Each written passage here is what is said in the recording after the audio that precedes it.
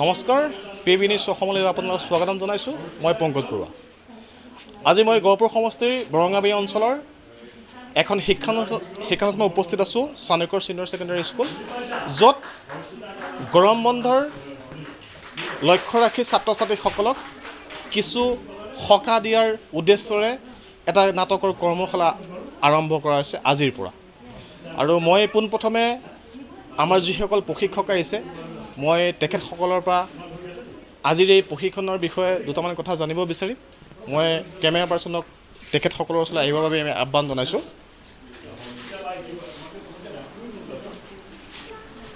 এবাৰ ছাত্ৰ ছাত্ৰীসকলক দেখুওৱা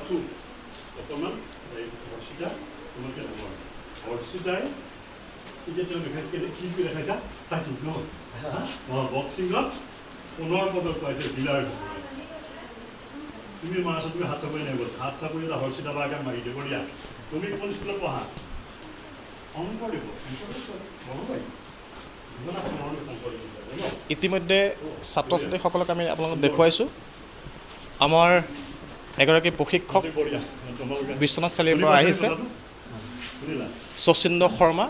তেওঁৰ পৰা মই দুটামান কথা জানিব বিচাৰিম যে শৰ্মা ডাঙৰীয়া আপোনাৰ মই এটা কথা জানিব বিচাৰিম যে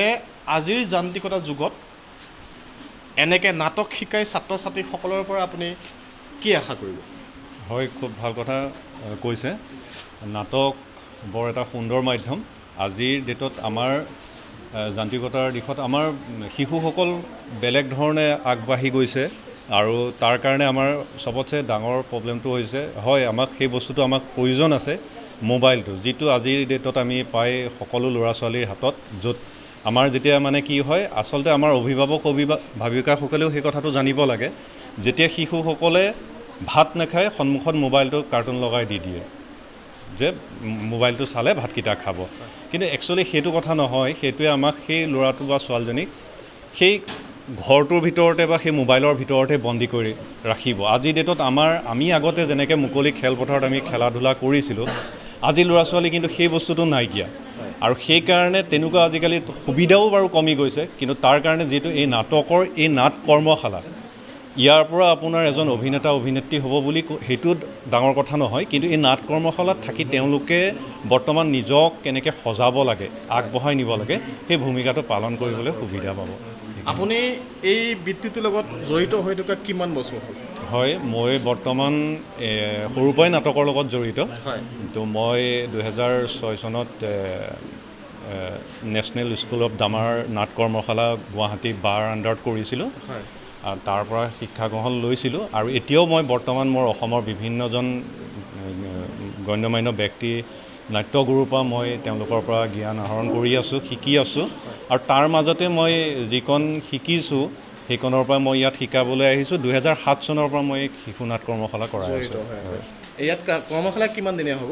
15 দিনীয়া হ'ব ধন্যবাদ 15 দিনীয়া হয় আৰু এগৰাকী আমাৰ লগত প্ৰশিক্ষক আছে মই তেখেতৰ ওচৰলৈ আহিছোঁ শৰ্মা ছাৰ নমস্কাৰ মই আপোনাৰ পৰা দুটা কথা জানিব বিচাৰিম যে আজিৰ তাৰিখত অভিভাৱকসকলৰ এনেকুৱা মত দেখা পোৱা যায় যে নাটক কৰিলে ল'ৰা ছোৱালীৰ পঢ়া শুনাৰ ক্ষতি হয় এই সম্পৰ্কত আপুনি কি ক'ব সেইটো এটা ভুল ধাৰণা আচলতে স্পষ্টভাৱে ক'বলৈ এইটো এটা আচলতে অতি আধুনিক এটা ভ্ৰান্ত ধাৰণা যিটো যান্ত্ৰিকতাৰ জীৱন আৰম্ভণি হৈছে গোটেই বিশ্বতে এইটো অকল অসমত বা ভাৰতবৰ্ষতে হোৱা নাই গোটেই বিশ্বৰ এটা পাৰিবাৰিক যিটো আপোনাৰ জনজীৱনৰ যিটো সমস্যা বহুত বেলেগ বেলেগ হৈছে তাৰ লগতে কিন্তু নাটকৰ লগত যে জীৱনৰ সম্পৃক্ততাটো কোনেও নুই কৰিব নোৱাৰে এতিয়াৰ নহয় আচলতে নাটকৰ জন্মটো আজি 2000 চনতে বা 2025 চনত বা 26 চনত হোৱা নাই যুগে যুগে বন্দিত হৈছে নাট্যকলা যে জীৱনৰ অপৰিহাৰ্য অংগ নাটকে যে জীৱনৰ সংগীত সদায় ৰক্ষা কৰিব বিচাৰে এইটো আচলতে আমি এটা ভুলকৈ ধাৰণা কৰিছোঁ যে নাটক বা সুকুমাৰ কলা চৰ্চা কৰিলে নৃত্য বা গীত চৰ্চা কৰিলে যে কোনোবা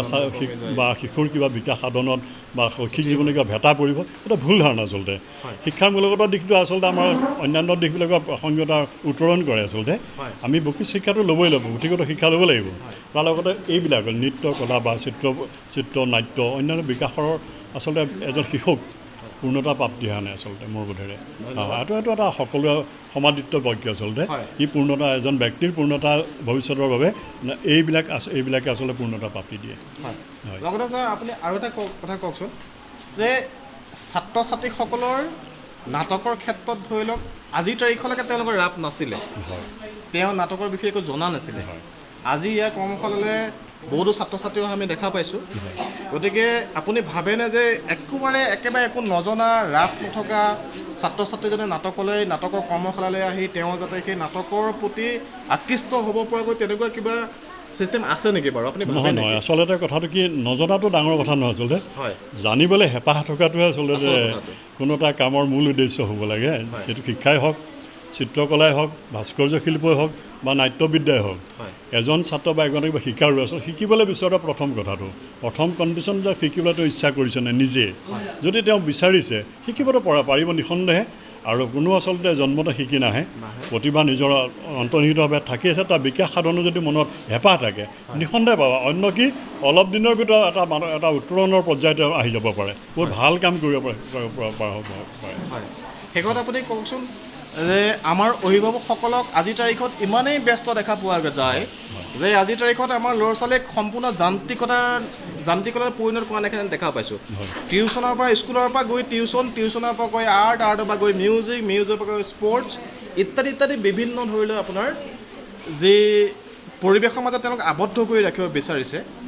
সেইসকল অভিভাৱকলৈ আপুনি এটা মেছেজ দিব নেকি যে যিটো মেছেজে আমাৰ কাৰণে সদায় পজিটিভ হওক, ছাত্ৰ ছাত্ৰীসকলৰ বাবে পজিটিভ হওক? বুজক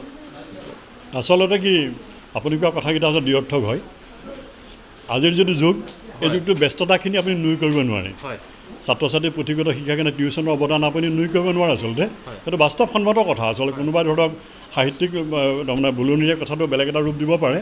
কিন্তু ছাত্ৰ ছাত্ৰীৰ ব্যস্ততাটো যুগৰ সাপেক্ষ, এইটো যুগৰ ব্যস্ততা। এজন ছাত্ৰ বা 10জন ছাত্ৰৰ ব্যস্ততা মানে গোটেই ছাত্ৰ সমাজেই অতি যান্ত্ৰিকভাৱে ব্যস্ত হৈ পৰিছে। কাৰণ গোটেই জীৱনটোৱে এতিয়া আজিকালি গোটেই জনজীৱনটোৱে যান্ত্ৰিকতাৰ পূৰ্ণ হৈছে। এনে ক্ষেত্ৰত তাৰ মাজতে আমি অলপ পৰিমাণে সময় এইবিলাক কামৰ পৰা, যেনে আমি চিত্ৰকলাৰ বাবে, নাট্যশিল্পৰ বাবে বা সাহিত্য চৰ্চাৰ বাবে বা আসনৰ বাবে, যোগাসনৰ বাবে, শাৰীৰিক ব্যায়ামৰ কাৰণে বা অন্যান্য কামৰ কাৰণে, নিজৰ ৰুচিপূৰ্ণ যিবিলাক কাম, সৃষ্টিমূলক যিবিলাক কামৰ কাৰণে অলপ সময় যদি দিওঁ বা দিবলৈ ছাত্ৰ ছাত্ৰীক বা নিজৰ সতি সন্ততিক যদি আমি এটা সুবিধা দিওঁ, নিঃসন্দেহে এই ছাত্ৰ ছাত্ৰী বা শিশুসকলৰ বা নিজৰ সতি সন্ততিৰ পূৰ্ণতা প্ৰাপ্তিৰ বাবে এজন ব্যক্তিৰ হিচাপে পূৰ্ণতা পাবৰ কাৰণে সুবিধা নিশ্চয় হ'ব। আৰু সেইখিনি আচলতে সুবিধা দিয়াটো প্ৰত্যেকজন অভিভাৱকে মই কৰাটো মই বাঞ্ছনীয় বুলি ভাবোঁ। আচলতে কৰাটো উচিত বুলি মই ভাবোঁ। আচলতে ধন্যবাদ হয়।